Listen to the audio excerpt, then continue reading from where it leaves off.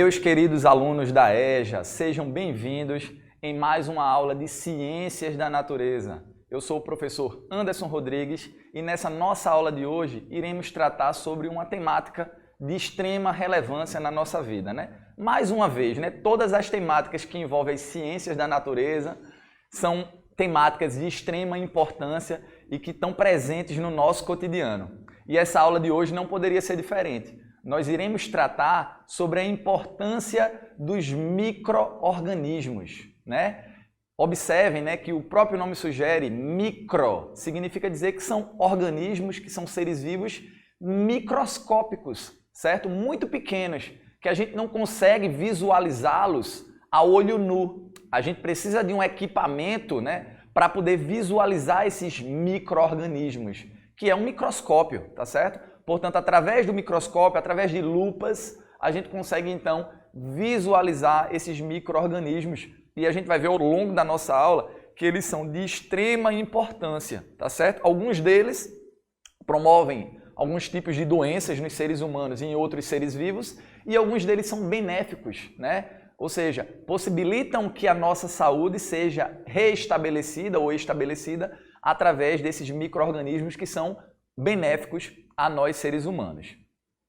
Então, o que são micro-organismos? Como eu tinha dito para vocês, são pequenos seres vivos, são seres vivos microscópicos, tá certo? Que nós não conseguimos visualizá-los a olho nu, mas eles estão presentes na nossa vida, tá certo? Então, na nossa pele, nas nossas mãos, nos objetos que nós manipulamos, internamente, por exemplo, no nosso trato intestinal, no digestivo, existem vários micro-organismos, que atuam ali no processo de digestão dos alimentos. Então, observem que esses micro-organismos vão estar em todos os setores, só que a gente não consegue visualizá-los, a olho nu, porque eles são bem pequenininhos, tá certo? Mas são muito importantes para a nossa vida. Então, os micro-organismos são uma forma de vida que não pode ser visualizada sem o auxílio de um microscópio, como eu tinha falado para vocês. Estes seres vivos, esses seres diminutos, podem ser encontrados no ar, no solo e inclusive no homem, Então, olhem o que eu falei para vocês. Alguns micro-organismos, como os vírus, por exemplo, podem ser encontrados no ar, podem ser encontrados no solo, na superfície dos objetos, e também podem ser encontrados internamente no nosso organismo, tá certo? Como algumas bactérias que são extremamente importantes lá para a nossa digestão, por exemplo, lá no intestino, tá certo? Na questão da absorção dos nutrientes dos alimentos. Então, todos os micro-organismos causam danos? É uma pergunta que a gente levanta agora. Será que todos os micro-organismos eles causam danos, eles são prejudiciais? Eles são, como nós chamamos, patogênicos. Aqueles micro-organismos que causam algum tipo de dano aos seres humanos, a gente classifica como patogênicos, Porque causam algum tipo de patologia, algum tipo de enfermidade nos seres humanos. Então, será que todos eles são patogênicos? A resposta é não, Existem alguns tipos de micro-organismos que são benéficos aos seres humanos, Mas aí a gente vai citar primeiramente, alguns micro-organismos que podem causar doenças nos seres humanos, tá certo? Como, por exemplo, a gripe e a dengue são causadas por vírus, No caso da gripe, é o vírus da influenza, tá certo? E no caso da dengue, é o vírus, da categoria do arbovírus. Então, a gente vai observar que vão existir peculiaridades, diferenças aí no processo de transmissão desse vírus, No caso da influenza, no caso do vírus da gripe, esse vírus ele está no ar, no ambiente. Então, quando a gente respira, a gente pode então ser contaminado por esse vírus e ficar gripado. No caso dos vírus da classe dos arbovírus, são vírus que são transmitidos por insetos, tá certo? Então aí nesse caso a gente já sabe que quando a gente contrai a dengue, foi provavelmente pelo mosquito, da classe dos Aedes aegypti, da espécie Aedes aegypti, que transmite aí esse arbovírus que vai promover a dengue, tá certo? Nos seres humanos. Então, os vírus, eles são agentes infecciosos, eles são acelulares, né? Ou seja, fora das células hospedeiras, eles são inertes. Eles não possuem nenhum tipo de capacidade de metabolismo. Eles não têm metabolismo próprio. Eles precisam das células, tá certo? De entrar dentro das células para que eles se tornem ativos, né? Para que eles se possam reproduzir. E atualmente a gente tem um exemplo de um vírus clássico, né? Que é o coronavírus, tá certo? Esse vírus, ele está aí no meio ambiente, mas ele está na forma inativa, certo? Ele só se torna ativo quando ele invade uma célula, certo? Que é a célula hospedeira, e então ele se torna ativo e aí promove todos os danos que já são conhecidos, né, na nossa saúde. E as características gerais? Possui um envoltório proteico que protege o material genético, denominado de capsídeo. Então, esse envoltório proteico que protege lá os vírus é chamado de capsídeo, tá certo? Pode ou não ser revestido por um envelope lipídico, que é derivado das membranas celulares. Possuem um único tipo de ácido nucleico, DNA ou RNA. São parasitas intracelulares obrigatórios, ou seja, se eles não entrarem dentro da célula, eles ficam inertes, eles não possuem nenhum tipo de metabolismo. Multiplicam-se dentro das células vivas usando toda a maquinaria de síntese das células, certo? Não possuem metabolismo, toda a energia que utilizam provém da célula hospedeira. Então, a gente vê através dessa definição, através dessas características, que os vírus eles são parasitas. Fora do hospedeiro, ele fica inativo. Para se tornar ativo, ele tem que entrar no hospedeiro, que no caso são as células do nosso organismo, tá certo? Então, outro exemplo são dos protozoários, né? Os protozoários também são micro-organismos, né, que podem promover doenças, tá certo? Podem promover danos aos seres humanos, como por exemplo, a doença de Chagas e a malária, tá certo? Ambas são provocadas por protozoários, tá certo? E a gente vê também que essas doenças elas vão ter como vetores alguns tipos de insetos, como barbeiro e como também mosquitos, tá certo? Esses insetos vão ser vetores para a transmissão dessas doenças aí nos seres humanos. Características gerais dos protozoários, né? A gente viu dos vírus, agora a gente vai ver dos protozoários. Eles são unicelulares, certo? Ou seja, eles são formados por uma única célula. Diferentemente do vírus, agora observem que os protozoários eles possuem metabolismo próprio, né? Eles são uma célula, eles são unicelulares. Eles são heterotróficos. E o que isso quer dizer, professor? O que quer dizer heterotrófico? Quer dizer que eles não possuem a capacidade de produzir o seu próprio alimento. Porque aqueles organismos que são autotróficos, como por exemplo as plantas, possuem a capacidade de produzir o seu próprio alimento. No caso aqui dos protozoários, não. Eles precisam buscar esse alimento, tá certo? Em outros ambientes, em outros setores. Eles não possuem essa capacidade de produção do seu próprio alimento. E eles são eucarióticos, certo? Ou seja, isso significa dizer que esses micro-organismos daí, eles possuem organelas no seu interior, tá certo? Eles possuem uma estrutura bem mais complexa do que quando a gente compara lá com os vírus, tá certo? Que nem células são, né? Vivem na água doce, água salgada, regiões lodosas e terra úmida. Então, observem, né, que a partir dessas características daí, eles vivem em ambientes mais diversificados possíveis, só que em todos eles envolve o quê? Envolve água. Então, esse bichinho daí, esse micro-organismo, ele precisa de lugares úmidos para sobreviver, tá certo? Algumas espécies, elas são parasitas, mas nem todas precisam ser parasitas, porque como os protozoários, eles são células eucarióticas, eles possuem metabolismo próprio. Então, nem sempre eles dependem de um outro organismo para sobreviverem, porque eles possuem o seu próprio metabolismo, diferentemente dos vírus, tá certo? Há também espécies que mantêm relações de troca de benefícios com outros seres vivos.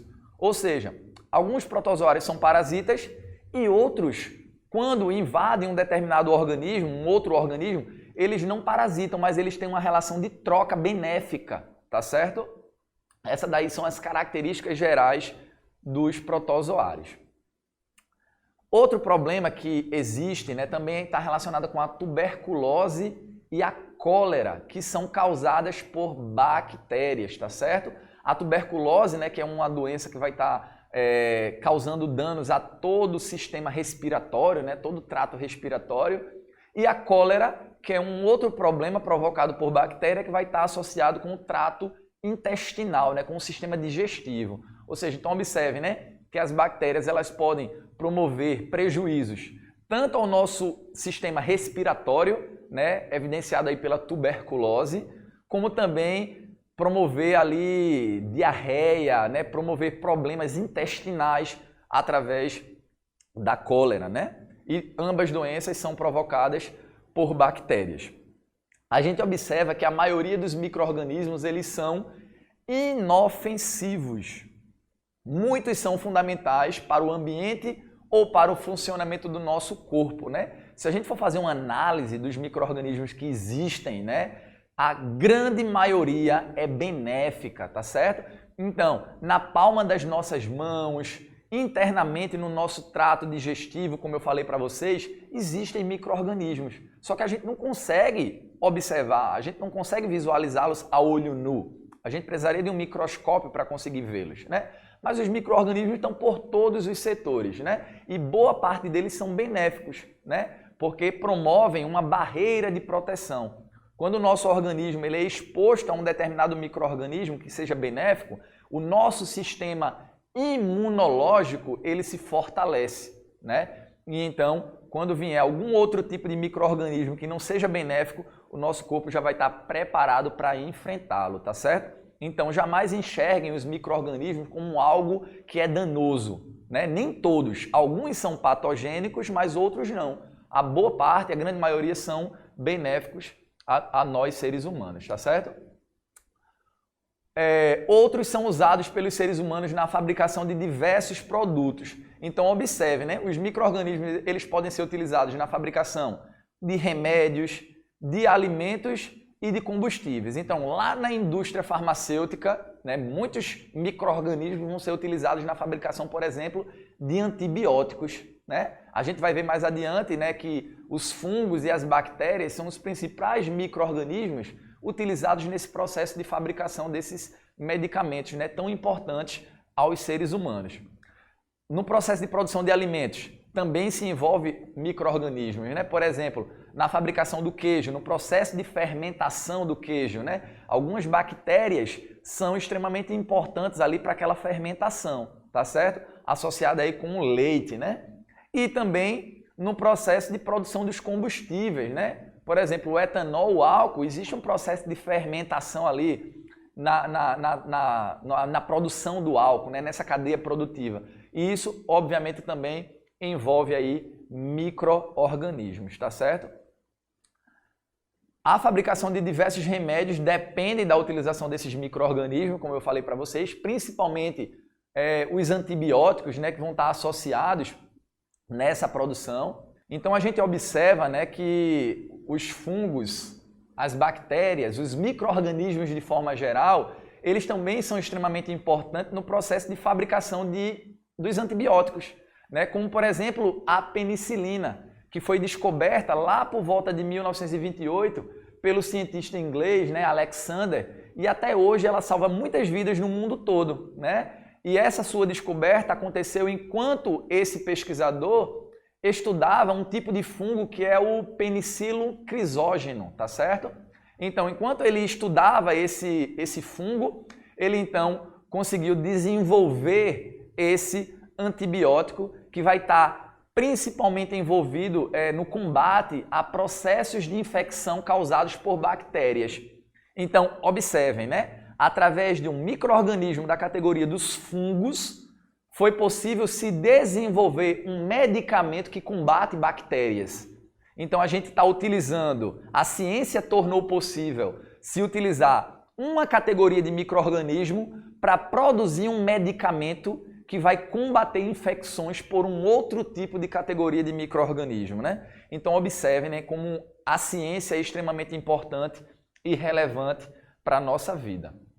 Então, até hoje, todos os antibióticos comercializados são produzidos por fungos ou por bactérias, tá certo? Se a gente for pegar todas as categorias dos antibióticos, alguns deles vão ser produzidos por fungos e outros por bactérias, tá certo? Os das bactérias são principalmente pelas bactérias do gênero Streptomyces, tá certo? E os fungos, os antibióticos produzidos por fungos são principalmente da categoria do gênero Penicillium, tá certo? Que é justamente aquele da penicilina, tá certo? Então, esses são as bactérias e os fungos principais nesse processo produtivo dos antibióticos.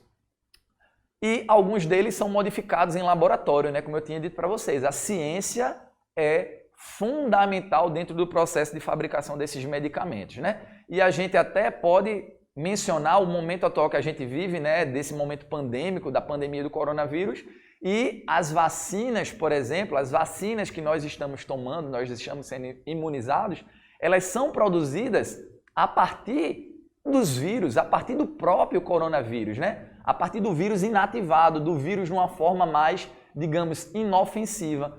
Então, quando nós tomamos essa vacina, possuindo o vírus ali, o coronavírus, o nosso organismo é exposto, só que numa forma mais branda do vírus, então o nosso sistema imunológico ele se prepara, né? E se eventualmente a gente for exposto na vida cotidiana ao vírus, né, o nosso organismo já vai estar forte e vai conseguir combatê-lo. E muitas vezes a gente não vai nem chegar mais a ficar doente, tá certo?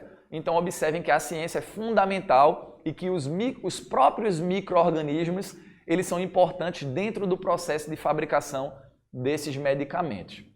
Então, para evitar algumas doenças, podemos tomar vacinas. Algumas vacinas são compostas de vírus causadores de doenças, só que enfraquecidos. Justamente aquilo que eu acabei de falar para vocês, né? Muitas das vacinas que nós tomamos, na composição das vacinas, existe aquele vírus que a gente está querendo combater. Só que ele está na sua forma enfraquecida, né? Então, quando o nosso organismo ele for exposto a esse vírus, o nosso sistema imunológico, né?